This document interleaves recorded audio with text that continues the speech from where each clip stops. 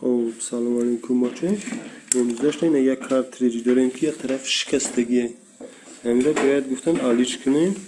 بیای پرینتری کانون سیده های. یه آسان بوده یعنی میشه میکنیم. یک جواکیش ترکو داره.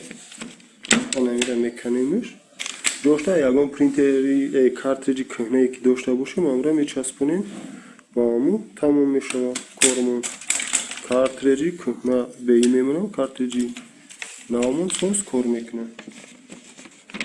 لیکن این موندم در اهمیت میتونم که یا طرفش نباید چی بیه. این سینچا پروژینچا است لیکن این پروژینچا های بالا این میاد که این پروژینی را بالا و پایین برده محکمش میکنه وقتی بالا رفت. تمام. نه پروژین هم میکپیم بعدا نیونش میمونیم. پروژین جوشا میگیره تمام. این طرفش جوشا گیره. این طرف هم همین میکپیم. این طرف هم این اچخل که میبینیم نه پیشینش استودگی پیشینش اصلا میکنیم نه شکستگیه.